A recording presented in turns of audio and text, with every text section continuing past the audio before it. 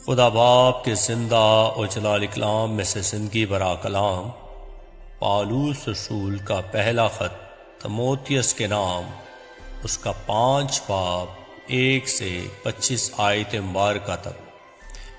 کسی بڑے عمر رسیدہ کو ملامت نہ کر، بلکہ باپ جان کر نصیحت کر، اور جوانوں کو بھائی جان کر، اور بڑی عمر والی عورتوں کو ماں جان کر، اور جوان عورتوں کو کمال پاکیزگی سے بہن جان کر۔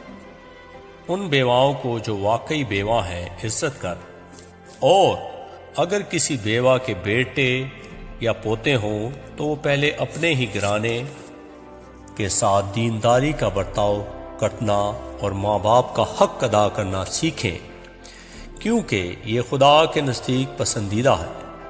جو کوئی بیوہ ہے اور اس کا کوئی نہیں، وہ خدا پر امید رکھتی ہے اور رات دن مناجاتیں اور دعاؤں میں مشغول رہتی ہے، مگر جو عیش و عشرت میں پڑ گئی ہیں وہ جیتے جی مر گئی ہیں۔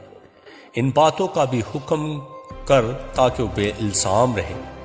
اگر کوئی اپنوں اور خاص کر اپنے گھرانے کی خبر گیری نہ کرے تو ایمان کا منکر اور بے ایمان سے بدتر ہے۔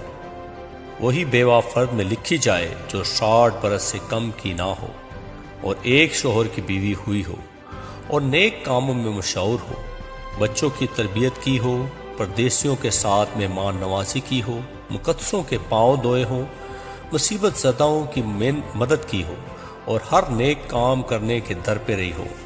مگر جوان بیواؤں کے نام درج نہ کر، کیونکہ جب وہ مسیح کے خلاف نفس کے تابع ہو جاتی ہیں تو بیاہ کرنا چاہتی ہیں اور سزا کے لائق ٹھہرتی ہیں، اس لیے کہ انہوں نے اپنے پہلے ایمان کو چھوڑ دیا، اور اس کے ساتھ ہی وہ گھر گھر پھر کر بیکار رہنا سیکھتی ہیں، اور صرف بیکار ہی نہیں رہتی بلکہ بک بک کرتی رہتی اور اوروں کے کام میں دخل بھی دیتی ہیں اور ناشائستہ باتیں کہتی ہیں۔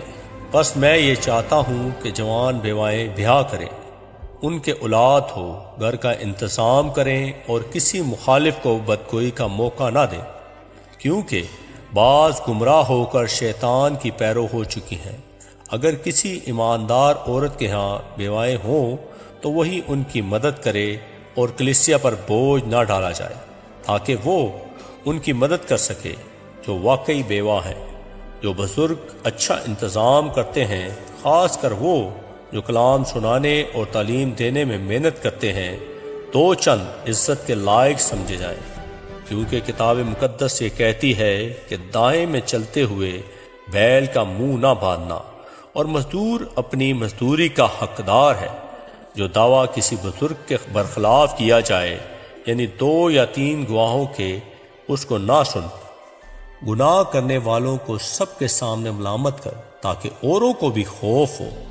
خدا اور مسیح یسوع اور برگزیدہ فرشتوں کو گواہ کر کہ میں تجھے تاکید کرتا ہوں کہ ان باتوں پر بلا تعصب عمل کرنا، اور کوئی کام طرفداری سے نہ کرنا، کسی شخص پر جلد ہاتھ نہ رکھنا، اور دوسروں کے گناہوں میں شریک نہ ہونا، اپنے آپ کو پاک رکھنا، آئندہ کو صرف پانی ہی نہ پیا کر، بلکہ اپنا معدہ اور اکثر کمزور رہنے کی وجہ سے ذرا سی میں بھی کام میں لایا کر۔ بعض آدمیوں کے گناہ ظاہر ہوتے ہیں اور پہلے ہی عدالت میں پہنچ جاتے ہیں، اور بعض کے پیچھے جاتے ہیں۔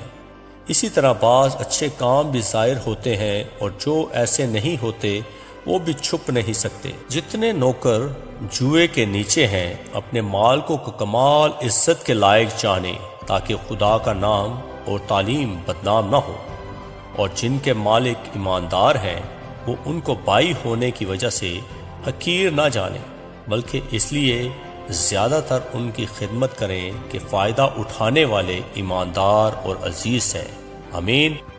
پاکلام کے پڑھے اور سنے جانے پر خدا ان کی برکت ہو، خدا ان کا شکر ہو۔ آمین۔